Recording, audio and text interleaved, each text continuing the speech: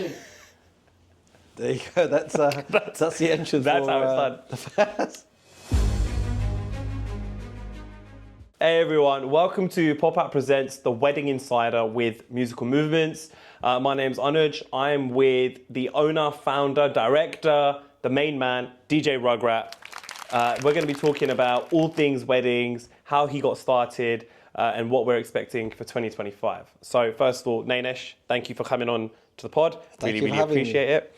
I want to start from the beginning, and I want to talk about how you actually got started being a DJ, and how that all kind of came to you. Were you always musically inclined? Like, how did that work? So actually, funny enough, no, I wasn't always musically inclined, I would say. It's like, I remember like really enjoying music when I was 12 years old, 13 years old, towards that transition from primary school into high school. Yeah. And the main reason I think I really got into music is because of a record shop that I used to walk past, which is in Edgware, called Loppy Lugs. Okay, yeah. And I never had much interest in like music until I kept walking up and down it. My dad used to make me go to the library, Edgware Library, like on the Saturdays. And you weren't studying though, I'm guessing. No, I wasn't. So I literally kept going back to the same record shop, and then I would basically stand there, and there'll be loads of DJs coming in and out.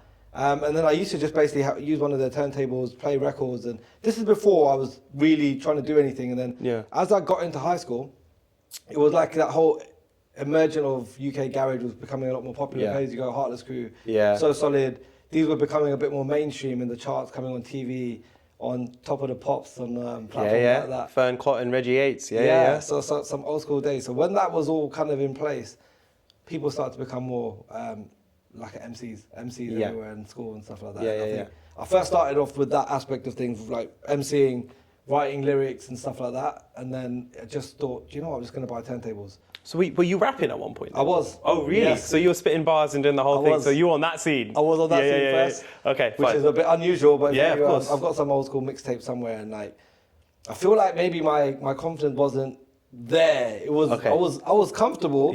But then when I was with other MCs around me, I think that they were shining more so, and they were better. They're moving at a different level. And I thought, do you know what? I'm probably more in line with just maybe I could be the DJ from it. And it kind of started from that. I was like, do I fit in here? Am I trying to like be something that maybe is not in line with what I want? So started with that, and then when I got my first pair of turntables, and we started to just play music in my house, and then all the MCs used to come to my house, and at that point there wasn't many DJs. Yeah, of course. Especially when it was the vinyl only days, because each record used to cost like £7, give or take. Yeah, so the cost of doing it there wasn't even like LimeWire to even like illegally download this stuff back then. It was a whole different time frame, so it was quite fun. But our record collection started with that, so a few of my friends started to get records for me. More and more people started to hear about, we can come to this house, and so this is after school, man. You come to after school, you come to my house, but there's a whole bunch of like 15 guys in the room, all just hooded up. How did your parents feel about all these? All right. They were fine with it, so they were quite supportive. They were okay. Yeah, they've always supported it. When I first got into it, I think my mum and dad were the first people that was giving me like some sort of allocation of pocket money as such them days. So they were championing it a little bit. Yeah, definitely. I've got like even till this day, little notes that I've written to my mum to say I owe you, but if you can give me money to buy a record. Oh my God. And these are because this is £7. Yeah. In between all of this, I used to have a part-time job washing cars, which was for like £3 an hour. Okay, and fine. And on the back end of every weekend, you're buying records and stuff. Just buying records and then building a collection. And then at that point, it wasn't really about making money or anything like that. It was just about playing at people's bars, playing at people's house parties, just showing up. So it was just snowballing a little bit. Yeah. You were there, you were on the scene, you were meeting people. Parents were quite supportive, which isn't usual for South Asian parents. It's not. Back then. Yeah. Early 2000s or whatever. Even now. Yeah. Trust me. It was. I think it was safe to say, it kept me away from just the riffraff and all that. It kept me away from other things. I think I had an agreement that I would still study, I would still go to uni, I'll still do all of this, but in the sidelines, I'm still going to be doing this. I knew at that age, when I was 13, 14, this is what I'm going to do. You knew you were going to do it. Yeah, I 100% knew that. It was done. Like that, there's no other routes I was going to really go through, but I wanted to ride out the journey. Yeah, and every South Asian kid who wants to do something that's a little bit creative signs that contract with their parents, which is, I'll go get a degree. Yeah. So if you let me, if I'll give you my degree. After that, can I go do what I want? Absolutely. Yeah. But at the same time, I saw the kind of I guess in the world of music, it's important to be around that university culture because you'll end up meeting more and more people. You get to play as well at uni. To be honest with you, that was the biggest part of what I remember from uni. Is actually the networks and DJing at places and clubs and all across. And I used to go on a night bus, and we used to carry me and Hits. We'll go in like with 2 crates of records. Shout out to DJ 5 Star. DJ 5 Star. Yeah, exactly. We used to carry records. I have to have like 4 other guys just to come with me. But even when I was DJing in those days in a lot of the club scene, they wouldn't let us in. They were like, pretty racist doors. Yeah. There was a whole different kind of drama that came along with it. Yeah. When you're trying to come up, but also I didn't know what I was doing. I had to conduct myself. Yeah. You know, small thing like that, you're coming in drunk. Well, you're young, right, as well? Yeah. Like, how old are you at this point? You're still, what, 16, 17? 18. 18, exactly. So you're still trying to figure yourself out. Yeah. And then the $1 million question, like, where did DJ Rugrat come from? Yeah, so number one, and number this two. Is, why are you still called DJ Rugrat? I know. Have we thought about this? Like, I'm trying. First of all, I'm trying to change it. Right? Yeah. Are we going through a rebrand? I've been thinking about it, but I think I'm like. Well, DJ Nanesh also doesn't really have a ring. Exactly. Exactly that. To answer your question, I think. Yeah. I never called myself DJ Rugrat. I used to call myself DJ Magic when I started. Oh wow. And everyone in my circle, I think, as I kind of evolved as a DJ, the MCs in my circle become a lot more older. When I was DJing, I was in year 8. So when it was like, that's 13 years old. The people that were MCing, eventually the better ones, were all in year 11. So they were the older groups, older kids from different schools. Okay. So they used to refer to me as the Rugrat amongst the group. You were the kid of the group, you were the young one. So that's how it started. So on the mixtapes, they used to keep calling me Rugrat. And then it got stuck with me. Okay. So from there, and then at the back end of that, after, getting the website names, all of that stuff back in the day, it was very Google friendly. It was an unusual name which stuck with people, and I just thought, you know what, let me just ride it through, because at that point I knew another Magic. Okay. So I was like, all right, well, there's another one. There's another one doing it. Let me just carry on with another one. So it started from there.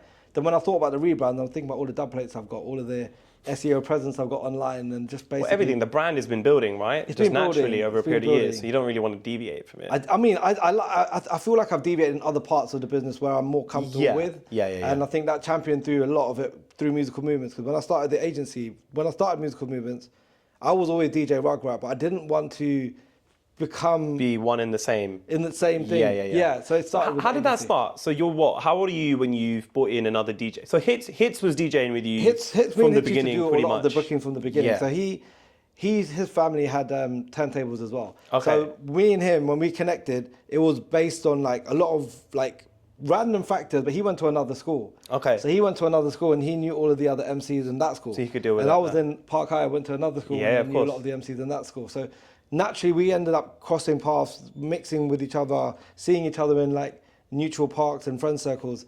So when I was getting a booking, he would come with me, and vice versa. When he was booking, I would go with him. So we kind of started from that. Yeah. The birth of Music Movements as such came on the back end of, I guess, toward the end of college, when I didn't want to put my name into doing weddings or corporate parties, which is what we do now predominantly in the main business. So at the time, you're trying to stay away from that. And at the time, I was trying to stay with it. You're young though, right? You don't really want to do weddings and corporates. You want to be at bars and clubs and those kind of parties. I'm guessing that's so that's it. That's the truth of it. I think when I was young, I thought, all right, let me just champion the name, focus my attention on this specific thing without crossing too many different things. Yeah. And at that point, you used to think, oh, if you're a club DJ, you're a club DJ. If you're a wedding DJ, you're a wedding DJ. You can't really mix it. You can't really mix it. Now it's safe to say, things have changed. You can kind of do everything. Yeah. So it started with that, and then I met Vish at Zubar. So is Vish the first? Vish is the first DJ, Mr. Vish. Vish is the first DJ. That's right. And he was the first one. So that you met him at a bar, and then you were like, do you want to come and join what I'm trying to build? Yeah. So what happened is, so shout out to Upesh from Avari events as well. Me and Upesh used to run the events at Zubar. Okay. And on the back end of us doing Monday nights at Zubar, when I came on board, we just took over another group of DJs that were predominantly playing Bollywood and Bhangra. And when I come on board, just coming back from uni, he wanted to change things up. And he said, look, we're going to change the direction of the musical playlist, and we're going to make it more R&B, hip-hop, garage, house. Yeah. So when I came on board with that, it changed. So they put me in the main room playing Western music. Yeah. And then they had a side room that was basically championing still Bollywood and Bhangra. Okay. And then it was actually Upesh that booked Vish, and then told me, speak to Vish. Yeah. And then when I was doing some weddings or doing some bookings on the back end of it, where I wasn't as comfortable playing Asian music at that point, of course. Vish was my go-to, so he used to come with me. Yeah. So he's still Mr. Bollywood, to be fair. And he's still doing that now. Yeah. So it kind of started with him as the first DJ, and then we used to bounce bookings off each other. When I was booked already, I'll call him and say, do you have availability for this date? And is it incepted as musical movements at this stage? Or is it just kind of Mr. Vish and DJ Rugrat and DJ Five Star? Like, you're just individual DJs kind of working with each other? But I think it started just before that, actually. So it was there. Okay, cool. So the foundations were kind of ready, up and running with it. Yeah. I didn't really expect or know which direction to go which way it would go in. But I think when I met Vish, his energy and vibe was great. And he was like, at that point, was very comfortable just to explore opportunities, and I think that's where it just started. So Vish was the first guy that was on the team that basically championed through. So, and he's been with you guys. He's been with us now, smashing it. Still one of the most booked DJs on the team. Yeah, definitely. Year after year. So, yeah, that's really interesting. And then so you've got then, and Ambo's been pretty much there for a long time. Shrey as well. I mean, Shrey you found when he was young. Shrey was 16 when we signed him. Yeah.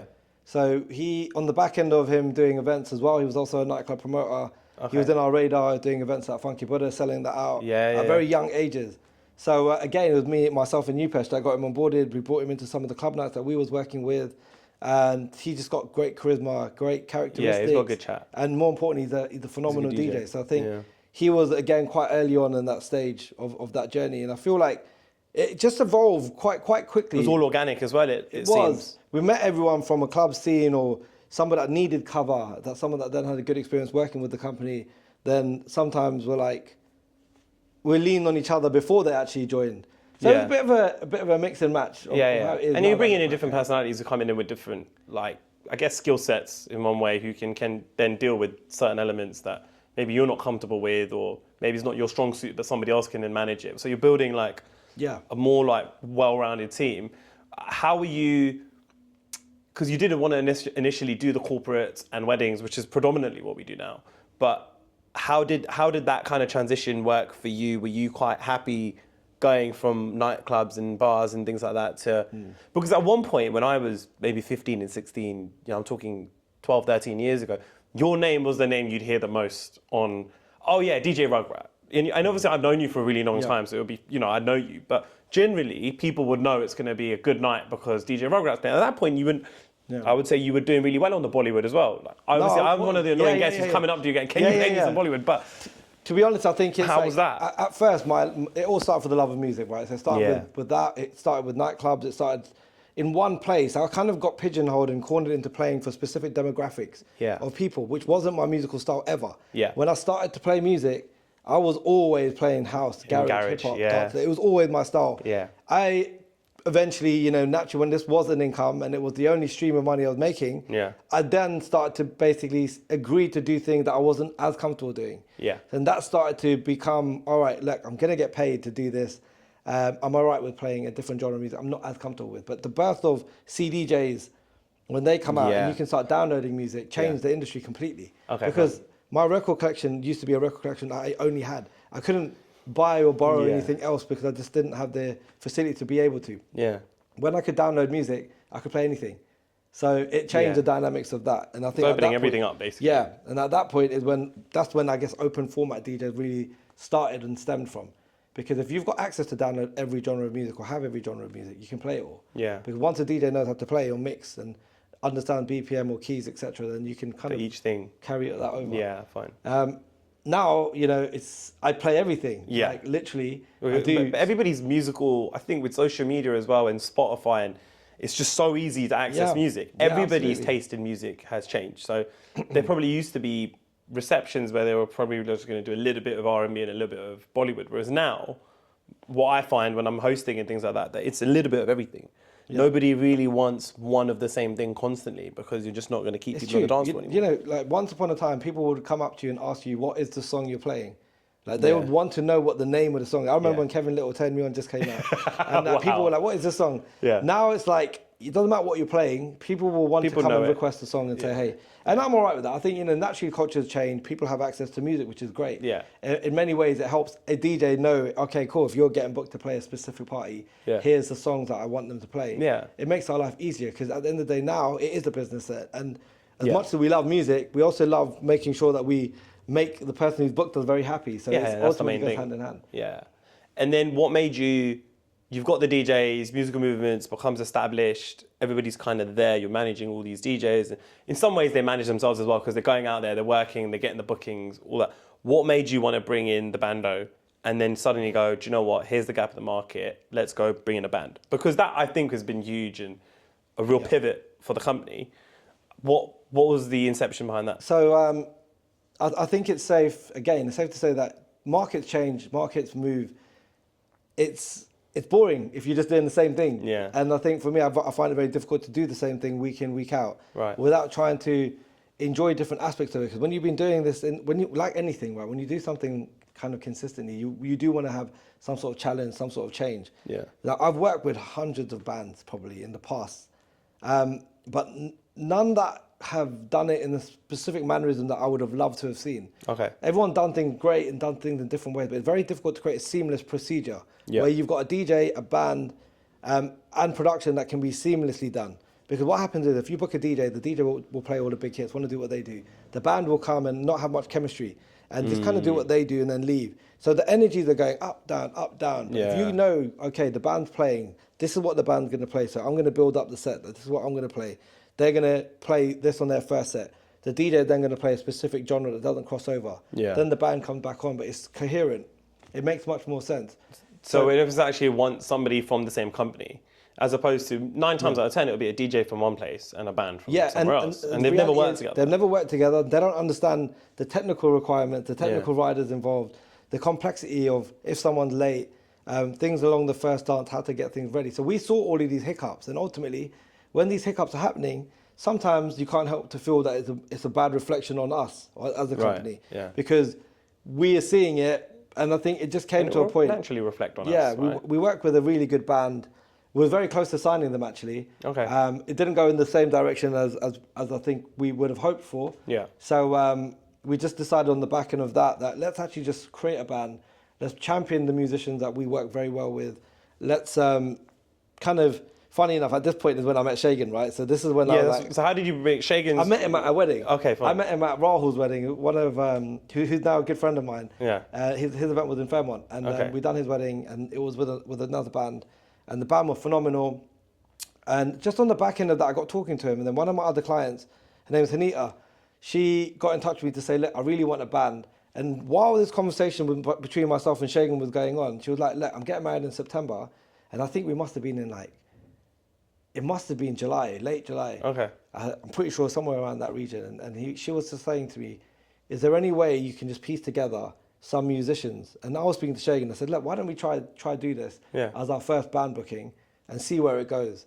Shagan knows everyone in the industry. So I was going to say, how do you piece that together? It's called not a long time. Not a long time at all. So he came to my house. We sat down. We started talking about playlists. We structured a playlist. He said, look, I know the musicians. I've got a good idea of what to do. He managed to find the right players, pieced it all together. And on the back end of that, we basically executed the first show. Yeah. And that was like when we both knew, all right, we're onto something. And it worked. So you put it together, it works, and everybody's happy. Yeah, and we've done many rehearsals for it. We've done about 7 rehearsals for it. We planned a playlist, but that whole playlist went in a whole different direction on the day. But that's the whole element of DJ Live. It's organic. Yeah, we can control what we're playing. Like with other bands, they come with a fixed set from beginning to end. Yeah. And then if you're playing something that's not corresponding or working so well with the crowd, you can't really dynamically change something up.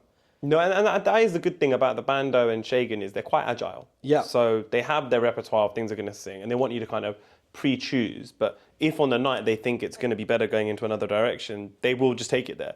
Yeah. And if they know that's what's going to work for the crowd and the couple, which, I guess a lot of bands might not necessarily do because they've got their set. So yeah, so sometimes work that. But I think even every show we tend to do, we've kind of got a good formation, a good structure. We've got good band managers. We've got good team leaders that understand this is how our style is. This is what we need to do. But ultimately, we also do so many weddings week in, week out. Yeah, you're trying to know what works. And also the whole idea of letting a client help you with assisting in their playlist is also easy if you think about it. Because we ultimately are asking the bride and groom, look, if there is any particular genres or a musical direction you want to champion, that's fine. Just let us know some of the basics and we'll pick up from that.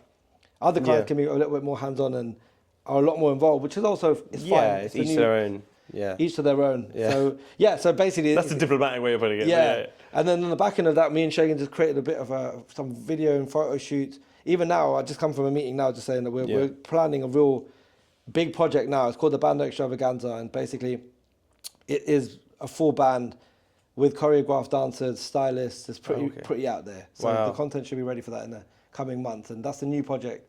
That'd be really cool. We're focusing a lot more attention on. Okay, fine. So obviously one of the main reasons I wanted to do this podcast was I just got married, and you learn a lot when you're doing that process. And then obviously being a host and working with you guys, I'm meeting loads of different couples, right?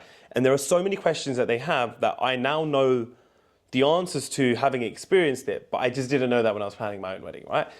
And so I wanted to demystify that. And I guess one of the main things are, why do things cost what they do, right? Yeah. So we get this a lot. Yep. Well, why do your DJs cost X? And why does a dance floor, it's just a dance floor. Like, you hear it all the time, it's just a dance floor. What's one more speaker? Like, or I want to get truss and I want to put some lighting on top, and then suddenly the bill's in its thousands, right?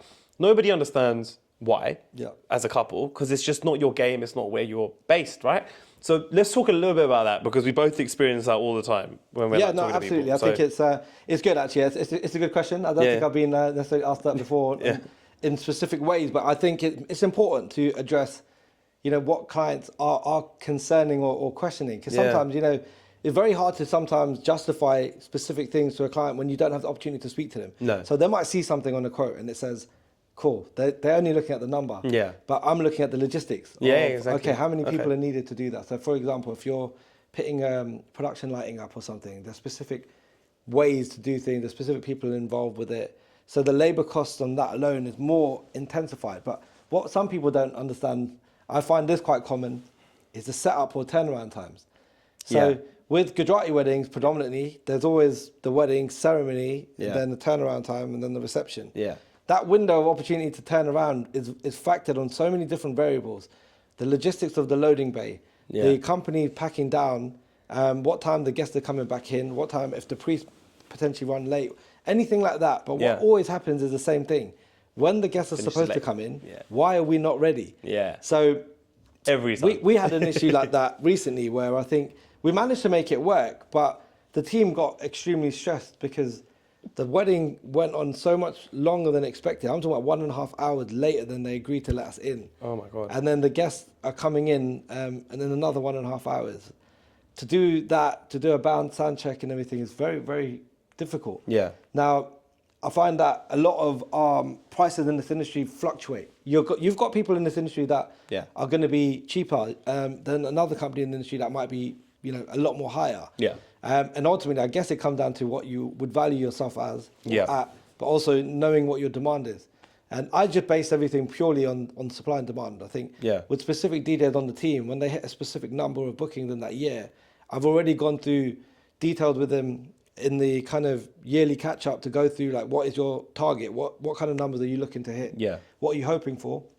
When they get close to that number, it's kind of a case of saying, okay, well, look, you're in a good place, you're comfortable. Yeah. So in essence, if you want to take on more bookings, of course you can do. But I always allow the DJs within the camps to also dictate what their pricing range fluctuates between. Yeah. So as an agent, we've always been, caring about what the musicians at the time we represent are. So sometimes it might be a case that I'm putting the message across that this is the price. It doesn't mean that we're charging that all the time. It's also a reflection of what the teams are valuing themselves as. And I think when you're booked out for the year for the most part, right? And then so let's just say you've got I'm booked on Saturday night and then there's a request on a Friday. You kind of want to have your weekend, like it's a bit antisocial as well, the job as well. People don't realize you're constantly working on weekends, right? And so if I want to go do that Friday gig, I don't need the money necessarily because I'm so booked. So actually for me to be incentivized to go do that, okay, I'll do it for this.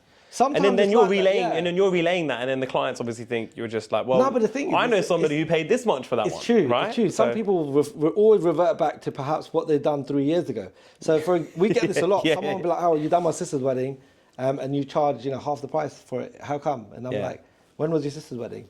And then you couldn't, because I think it's safe to say, across the board, with specifically with DJs anyway, that I can speak on behalf of, is there isn't necessarily always a fixed price. No. The price will vary. Variate? Is that even a word? Vary. It will vary, Vary. Yeah. The price will vary based on the date and the location. DJ inflation is a whole different kettle of fish, though. It is. Do you know what I mean? But life inflation is also... But there's life inflation is the cost of the van. So if you've got all of these logistics, actually, if I'm doing your dance floor and the trussing and all of this, actually, I need a bigger van. And so, or a truck, or whatever it is I need. So my hiring cost of that, if I don't have it in-house in my fleet, is gone up. If the turnaround time is shorter, I have to have more people. That's the only way I'm going to turn around. So now I'm paying more roadies to come and sort everything out. And if you're a DJ that's starting up, maybe 3 years ago, you might have been charging X, but now that I'm an established DJ, you know, working every weekend, my time's become more valuable, unfortunately. Yeah. So like DJ inflation works at so many different... It does, but also if you think about DJs in many ways, they've got like in some extent, a lifeline, right? So as they kind of are progressing and they're doing well, like, I think it's safe to say, like you said, most DJs would have lost out on many weekends. Yeah. And I know that that's essentially also by choice because they've chosen to do the parties, etc. Yeah. But it's now becoming quite common for midweek parties, like being a Tuesday yesterday. Yeah. This year we've got loads of midweek parties. Yeah, those days are gone where your weddings are just Saturday, Sunday anymore, and all year round. Peak season used to be June, July, August. Yeah. I think now it's safe to say that throughout the whole year things are progressing in different ways. Yeah. And the price of specific DJs are increasing within our camps based on their popularity, their demand, and just because they're getting better, so like they're just getting a better response, and it's interesting.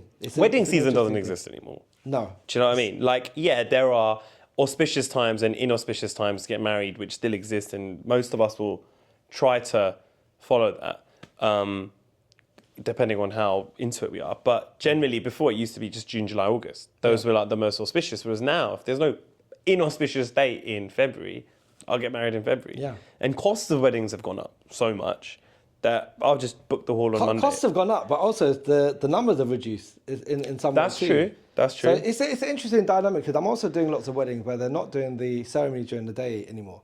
Some of the weddings that we're doing are just going straight to civil receptions. And also we're doing many, many more multicultural weddings. Yeah, of course. Many more non-Asian weddings. So I think it's an interesting shift into kind of what is expected as such year on year. But after COVID, it's safe to say everything completely changed. So what was that like? Talk to me about, like, if you could give me your top three, because even from a demystifying weddings point of view, we always hear that, oh, COVID changed everything. COVID changed, and it did. It changed it in so many different businesses and industries, right?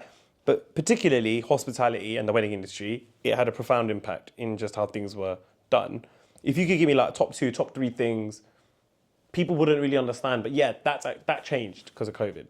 I would say that it's what definitely changes, the people that are not as important to you weren't invited anymore. That was the first thing that changed because when they first opened up weddings again and they were allowing 30 people to come, you had a very hard choice of choosing 30 people that you'd want. Also, get out of jail free card. It's true. Like, I'm really sorry I couldn't invite you to my wedding. I didn't want to kill you. Do you know what? The people that got married during COVID are ballers now. Oh, yeah. Because they save a huge amount. Thousands, man. But also the shift of people buying houses before getting married is becoming more on the agenda, more on the rise. Yeah. So a lot of my clients that I'm dealing with now are already saying, look, it's a priority for us to get married, yes, but we're going to buy a house and now I'm left with this budget. So this is what we have. Yeah. And in some ways, it is changed. Not to say it's like that with everyone. Yeah. It's case by case, but... Guest lists have definitely changed. Yeah. Guest lists have definitely changed. Because before, you know, on average, you go to a Hindu wedding, it would be like 400 or 500 people sometimes, and it would just be, that's it, and you just tick everybody off. You might have less people at your reception, but you still have a bunch of people you don't really want there.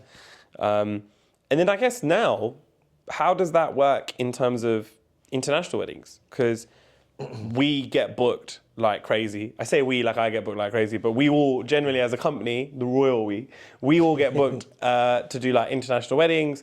Shrey in particular does, Shrey's got a ton. 40 weddings abroad this year. You know what I mean? So he's always out of the country. How does that work from a financial point of view? Because it's also, for the couple, because it's also now, I'm not just having you travel from somewhere in London to another part of London, or maybe even in the Midlands. You're going to a different country. To be honest, as a company though, we've always done destination weddings right now. We've always been traveling back and forth from different countries. I think what the difference is, now it's more seen online on Instagram and we're a bit more active in showing that. It's become a bit more apparent. But I would say like out of 300 weddings this year, we have at least 80 of them are abroad. Okay. That's so massive. To give you some dynamics, it's almost a third. Yeah, and a lot of them are from USA. Wow! And it's becoming, again, it's a shift of like when clients are getting married in Portugal, in Italy, Spain, generally, even if they're American clients or wherever they're from, they're flying us from the UK there. Yeah. Our rate, the way that we operate with that is just we just charge a day rate per person. Okay. So if it's a DJ, then we request the flights, the accommodation, all transfers to be arranged, and to fly with an assistant DJ or just someone to assist on helping things, especially if it's like a 4-day event. Yeah. Because a 4-day event for one person to lead with the music can be quite challenging sometimes. Yeah. So you generally should have a number two, I think, to kind of, even when you're doing a UK event, you'll have somebody there to kind of assist, right? Yeah, always. Like DJs do need to go to the toilet. Like, let me just like clarify. We need to eat as well, please. They need to eat. That's another thing that really comes up is food. Yeah. You know, it's not that people or parents or couples don't care. It's not in your priority list. Naturally, your priority list are your guests. I agree. And the couple's friends and family. That's it. But actually, you've got suppliers there. They need to eat. They're working all the time. Yeah. And I see it all the time. There's always an issue with food for DJs. So them taking the 10 minutes. You've probably seen the best basis of bands and DJs. So you understand I've seen it how all. they are. Like DJs in the industry are actually very easy to deal with. I think majority of the DJs understand, okay, the guests will eat. The caterers are usually, they're very accommodating. They will go out there to try and feed the DJs too. Now, and you work with the same caterers a lot of the time as well. So you build that relationship. So yeah, absolutely. I think with bands, it's difficult because on their technical riders or their hospitality riders and such, they will always request a time frame to eat. And it's always been culture and it's always been the way it's done to book a band. Yeah. Like they will give you a green room, they will give you food, they will arrange the accommodation, the hotel, all of that aspect. That's true. With the DJ aspect, it's kind of... It's a bit more rough. It is. Yeah. I think before we had bands, to be honest with you, we would just go there. We'll go Marks and Spencer's and load up on sandwiches, Snickers, crisp packets, and just have it, and we'll eat at the end of the night. Yeah. And when we've now got the band, and then we're getting asked or emailed, hey, what time do you guys want to eat? What is your dietary requirement? It's new. It's new. We don't even have to answer it because I don't. I don't even. When I'm hosting, I don't really eat. I bring a bag of tikka gacha and then I just carry that with me in my little rucksack, bro. And then I just walk around. I sit in the back. Happy days. And I just eat my gacha or my salt and vinegar crisps. Yeah, but sometimes on I can get through. Yeah, but I just like to eat on my own. I like. It's a pretty social thing that you're doing. You're around people all the time. So I get it. It's weird. I want 5 minutes to I find myself. it sometimes unusual to sit with people to eat dinner. I like to just sit on my own and eat dinner. I mean, I can only eat if the TV's on. Yeah, I think it's. So if the TV's off, I will go I have to go warm up my food again. I'll wait until something's chosen, and then I'll be like, okay, cool. It's like your mind needs to go somewhere. My mind has to go somewhere, or I can't concentrate. It's weird, isn't it? And it's similar when you're at a wedding. Like you're kind of like, I'm constantly in and around, talking to people, taking requests. You know what? It's funny because when I do eat at weddings, I eat in 3 minutes. Like I literally will go. You blitz it. I'll blitz it before the song finishes.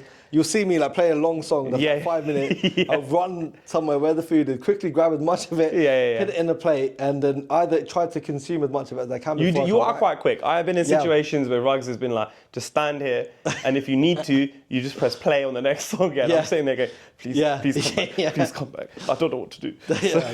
I remember that time. That's that landmark. That was at the landmark. Yeah. Are you seeing like what trends? I guess we've got 2 questions, right? Before we wrap up, is if you were giving advice to a couple coming in early, to plan their wedding, and look, we now do everything. We also have in the middle. So we have in the middle event planning. So we're providing that service as well. We've got musical movements, which has gone from just a DJ to multiple DJs who have multiple skill sets, to bands. We've got the fusion band as well. So we've got everything. And then we've also got production. When you're talking to a couple and they're asking for advice, what's the advice that you'd give them when coming into this? I think, so the advice I generally give them is I guess it's about listening to what they want first of all before I can kind of give them any advice, because everyone's got their own vision of what's important to them. It's safe to say I'm hoping people that generally come to us are people that are music lovers, that at the forefront of everything on their journey. It's important that music is a big factor, the experience is a big factor. Of course, production and that aspect is going to be a huge factor as well. It's just tying in what's more important to you. Is it more important for you to have something that's interactive, like to make sure that your audience feels inclusive? Is it more important for the DJ to, not talk on the mic and play the songs you want? Is it more important that the production looks, 10-10 and you want something in a specific mannerism, and then I'll say, like, based on that, distribute your budget on the back end of that. Yeah. And see what deserves more of your attention and money, and what's more important to you. Because only once you know that, you know which direction you can go in. Know what your priorities are. Yeah, know what your priorities are. And this also goes really in everything, whether you should write a priority list. Okay, so you've got caterers, you've got decorators, you've got DJs, bands, amongst many other important aspects for a wedding ceremony or wedding reception, whichever, both parts of it. It's important to just know what's important to you. Because some people I speak to, it's very unusual. Some people say, look, music's not so important to me. The main thing is, the ceremony. Others will be like, ceremony is not important to me. The most important part is the drinks and the food. Okay. So we're in the middle of it. I just lead by what the couple. You figure out what their vibe is. Yeah.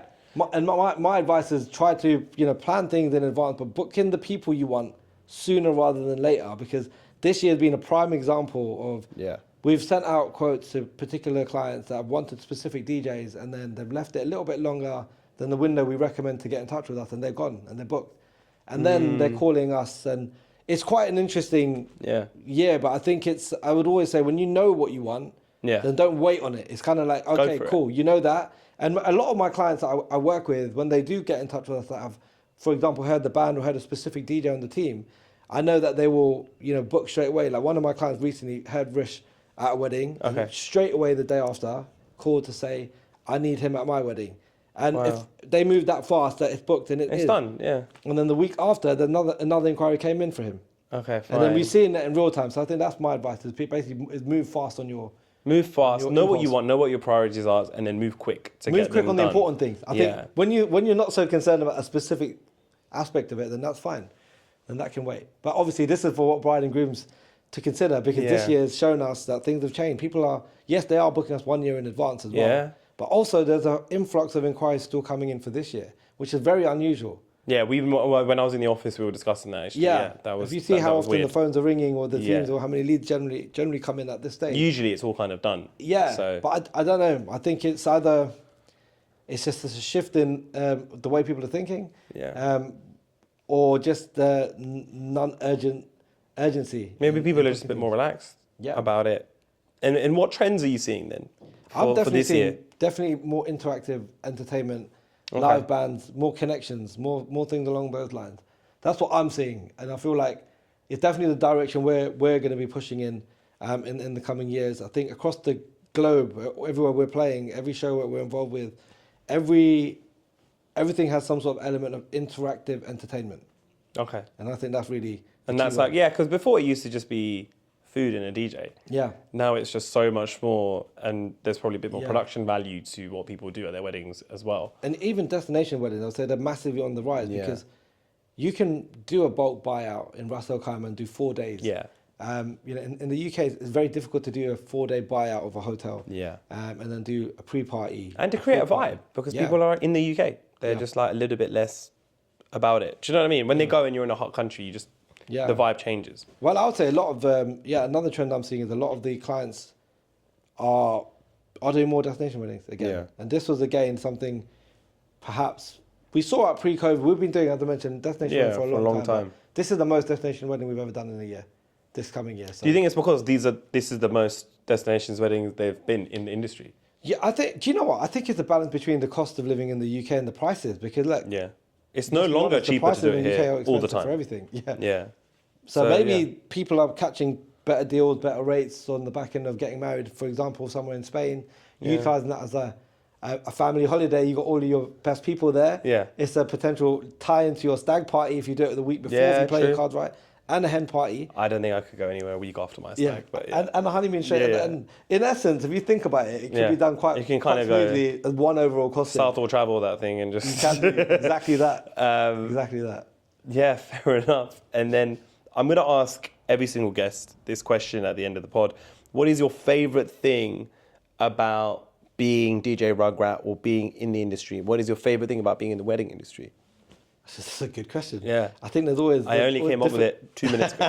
There's many different favourite things, I think. It's just like, do you know what the favourite thing is? Just doing a job at the end of it and knowing that client was exceptionally happy with the service. That is ultimately the end goal for me. Yeah. When we do any job, and I think that's channeled across the whole team, all we care about is actually caring about what they care about. Yeah. So, Yeah. Okay, did we do what we needed to do for them? It's like that scene from Coming to America. I like whatever you like. Yes, exactly that. yeah. That's so, it. Yeah. It's, I find that is That's the your number easiest one way to thing. take it. Your- Let's when you be peace honest. sign. Yeah, a lot of the parties that we do, some of the guests might not enjoy it or they might not appreciate it. But I think our brief is to naturally follow the person who's paying to the best way we can, but pleasing as many people along that journey. So I find by doing that well will lead to 5 or 6 new inquiries, and generally the cycle just keeps moving. Yeah. But that's And you my just keep favorite growing, thing, yeah. is just making sure that, when I've got that feedback at the end of a job or a message from someone to say, And it's hit and it's it's done, worked. it's perfect, great. Yeah. And then you get multiple messages. Yeah. Some of the other dealers get more messages than me. So then I get upset. Yeah. Then you get offended. Yeah, was that not good? So yeah. Well, look, thank you for your time, sir. I really appreciate it. I hope all of you guys enjoyed it. If you have any questions for me or for Rugs, please, you can comment and ask anything you want. And I hope this has been informative for everybody and you've enjoyed it. Thank you. Peace.